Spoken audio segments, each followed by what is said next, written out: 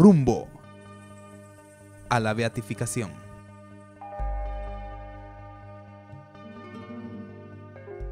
Muy buenos días, hermana Leila. Muchísimas gracias por recibirnos aquí en el Colegio La Asunción.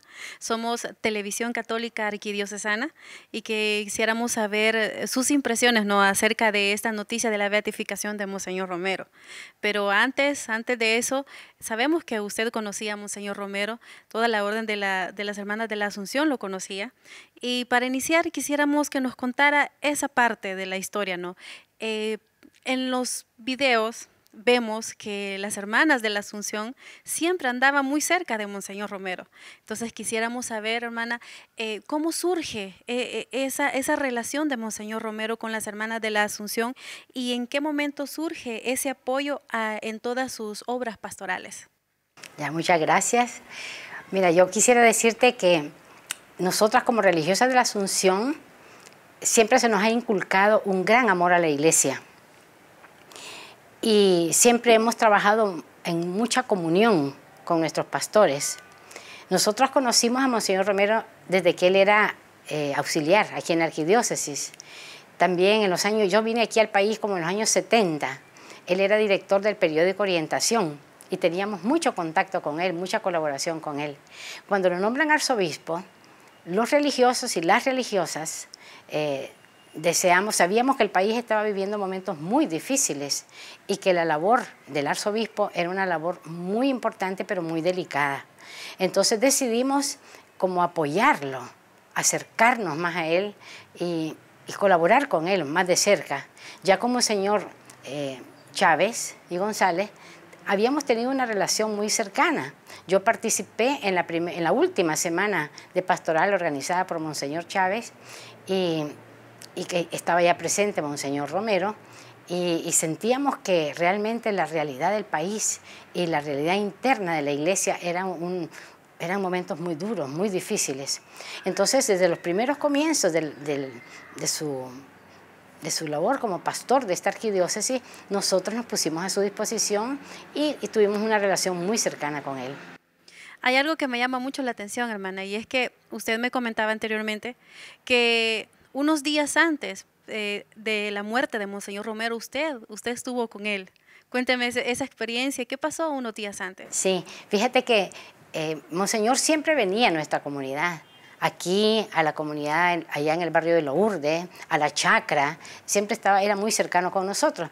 Pero en unos días antes, yo no recuerdo exactamente la fecha, pero lo invitamos a cenar y vino. Y aquí en esta casa, en este convento aquí, estuvimos cenando con él. Yo quedé frente a frente en la mesa y platicamos de todo lo que ocurría en el país, de sus preocupaciones, de su proyecto pastoral.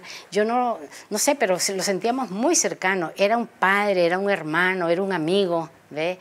Y todas las hermanas le hacíamos sentirse en su casa. Él venía y descansaba, tenía que tomar decisiones y a veces nos pedía un consejo, como yo sé que se lo pedía a mucha gente, ¿verdad? No solo a nosotras, pero era un hombre sencillo, humilde, cercano, amigo. Entonces tuvimos esa suerte, pues yo creo que es una gracia extraordinaria que el Señor nos regaló de tener esa cercanía con él y de que él aceptara también nuestra cercanía con él, ¿ve? Fue muy, muy linda la experiencia. Sí. Usted me comentaba también que había algo que usted admira de Monseñor Romero, que es su humildad y su sencillez a la hora de hablar así con las personas. Pero a la hora de predicar, ya tenía un carácter para decir lo que sentía. Exacto. Sí, yo es una de las cosas que más admiraba en él y que recuerdo con más agradecimiento. Monseñor Romero fue un hombre de Dios. Fue un hombre que tenía una enorme capacidad de escucha. Él escuchaba a Dios en la oración, tenía largas horas de oración antes de tomar una decisión, al preparar sus homilías, escuchaba a Dios, pero también escuchaba a la gente, escuchaba al pueblo. Y era admirable ver las filas interminables de gente llegando al arzobispado a contarle sus penas, a llorar con él, y él no tenía prisa. Se entregaba, daba su tiempo y daba su escucha. Y entonces sus homilías eran como el fruto de esa escucha al pueblo y escucha a Dios. Y así como en el trato personal con él. Su actitud era sencilla, humilde, cercana. Cuando él estaba en la cátedra, en catedral, cuando pronunciaba su homilía, enseñaba, como dice el Evangelio de San Marcos, hablando de Jesús, enseñaba con autoridad. Se le veía como transfigurado. Se veía que él no hablaba en nombre propio, sino que él era como el instrumento de Dios, era el portavoz de Dios. Y entonces hablaba con una gran claridad, con una lucidez, era brillante y era libre. Era valiente, no tenía miedo, perdía los miedos, perdía todo y ese gesto que tenía, esa palabra que convencía, que tocaba los corazones, ¿verdad? Llegaba al pueblo y por eso la gente le aplaudía, pero él seguía porque él era como un torrente que le desbordaba, era el Espíritu de Dios que hablaba en él. Pero ese discurso, esa homilía, era fruto de su oración y fruto de la escucha al pueblo. Eso era admirable en él, un hombre de Dios y un hombre del pueblo también, ¿verdad? Y un amor enorme a la iglesia, porque siempre estaba haciendo alusión al magisterio de la iglesia, en comunión profunda con el Papa, ¿verdad? Entonces, eso era de admirar, realmente. Sí, realmente era un hombre de oración, de cerca a Dios. ¿Qué es lo que, usted que estuvo muy cerca de él y que lo conoció, qué es lo que más recuerda de él? Y que puede decir ahora que jamás va a olvidar de él.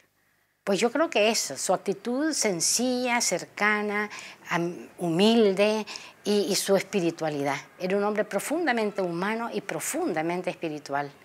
Como que había encarnado la actitud de Jesús de Nazaret. ¿Ve? Entonces era un hombre que no hacía alarde de su categoría de arzobispo, ¿verdad? No hacía alarde de ser un hombre que tenía una autoridad, no. Él estaba muy cercano, era muy sencillo, pero siempre tenía una palabra espiritual y siempre tenía una capacidad de escuchar a los demás. Eso a mí me impresionó y creo que nunca lo voy a olvidar. Sin duda alguna, es por eso que ahora lo van a beatificar. Y hablando de eso, ¿cómo recibió usted la noticia, no? Apenas hace unos días, el 3 de febrero, ya lo declararon mártir y pronto ya la beatificación. ¿Cómo recibió esa noticia? Bueno, pues mira, yo recibí la noticia a las 7 de la mañana. Una gran amiga mía me llamó por teléfono y estaba eufórica, estaba loca de alegría. La primera impresión que tuve fue, por fin, lo que tanto deseábamos y lo que ya sabíamos, ¿verdad? Inmediatamente conecté la YSUCA porque yo iba en camino hacia la escuela de Lourdes y vi que la noticia se confirmaba. Para mí, esta beatificación ha sido como la palabra de Dios que a través del Papa Francisco nos viene a confirmar la santidad y el martirio de Monseñor. Nosotros ya lo sabíamos, el pueblo ya lo había proclamado santo, San Romero de América, pero así como Jesús al resucitar fue como confirmado para mi gozo, mi alegría, yo solo la comparo con la alegría y el gozo de los apóstoles cuando vieron a Jesús resucitado. Ellos ya sabían que Jesús era Jesús, pero con la resurrección Dios confirmaba que Jesús era el Hijo de Dios, que la labor de Jesús, que su palabra, que su mensaje, que su trabajo, el proyecto de Jesús era el proyecto de Dios. Entonces en Monseñor Romero, al decirnos el Papa es un mártir, estaba confirmándonos que la vida de Monseñor Romero era válida, que la vida de Monseñor Romero no era la vida de un guerrillero, de un político, de un subversivo, como habían dicho, sino que era la vida de un creyente, la vida de un hombre enamorado de Jesús, entregado a su proyecto, entregado a su causa. Y nos estaban diciendo que la muerte de Monseñor Romero había sido una muerte como la de Jesús.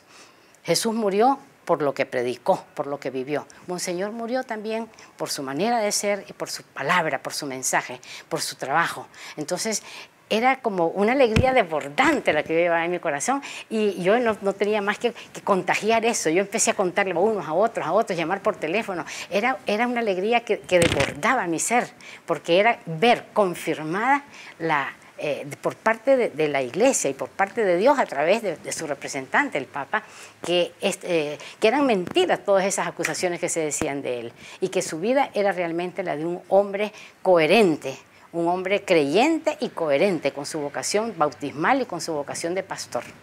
Así es. ¿Cómo ve usted al pueblo salvadoreño ante esta noticia?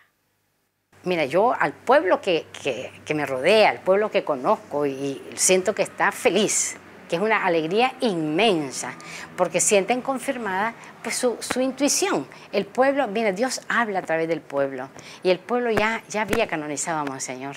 Entonces como que yo siento que hay una gran alegría, hay un gran entusiasmo. Yo estuve en la cripta este domingo pasado y la cripta estaba llena de bote en bote, realmente, un ambiente de alegría, pero no de una alegría triunfalista, no, era de una alegría profunda, como esa que acabo de decir, como yo me imagino que así estaban los apóstoles después de la resurrección del Señor. Entonces veo también, estuve en la misa en el Hospitalito el día viernes, donde celebró Monseñor Rosa Chávez con Monseñor Urioste, el domingo a las 8 de la mañana en Catedral, donde concelebró el señor arzobispo con Monseñor Rosa Chávez y con el Monseñor Sáenz Lacalle, y luego en la cripta, o sea, y por todas partes se siente esa ilusión, esa alegría, esa acción de gracia, porque por fin la verdad se ha abierto camino en El Salvador, como decía Monseñor Urioste. Sí, sin duda una noticia que muchos estábamos esperando, muchos católicos, así es. ¿Y cómo cree usted que la beatificación de Monseñor Romero puede ayudar a fortalecer más nuestra fe y nuestro compromiso y nuestro amor a la Iglesia? Yo creo que reflexionando bien lo que significa una beatificación, ¿verdad? Porque no se trata de un acto triunfalista, sino que se trata de que la Iglesia nos dice, miren, este hombre es un modelo, este hombre vale la pena imitarlo porque ha vivido lo que Jesús vivió y nos propone un proyecto como el de Jesús. Entonces, un santo es una persona a quien debemos imitar. Y la labor que él comenzó la tenemos que continuar. Entonces, yo creo que la beatificación no es para quedarse nada más en los aplausos y en la alegría, no. Es para revisar nuestras vidas también, para cuestionarnos nuestra coherencia y para animarnos a continuar el proyecto que él comenzó. Monseñor Romero no está muerto, él vive y él dijo, yo si me matan resucitaré en mi pueblo. ¿Pero qué quiere decir eso? Quiere decir que el pueblo, que cada uno de nosotros tenemos que continuar la labor que él inició. Él trabajó por la vida, por la dignidad, por la justicia, por la paz. Entonces tenemos que seguir.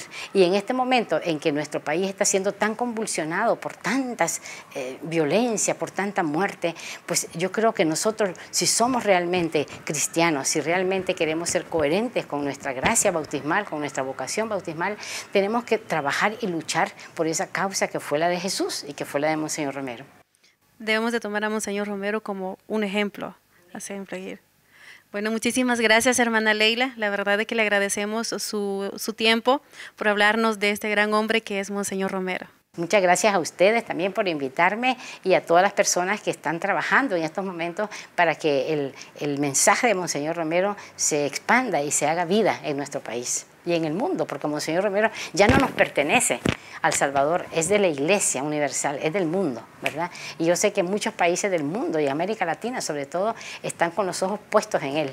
Entonces muchas gracias a ustedes los que están trabajando para que este mensaje pueda llegar a los demás. Muchísimas gracias, hermana Leila. Rumbo a la beatificación.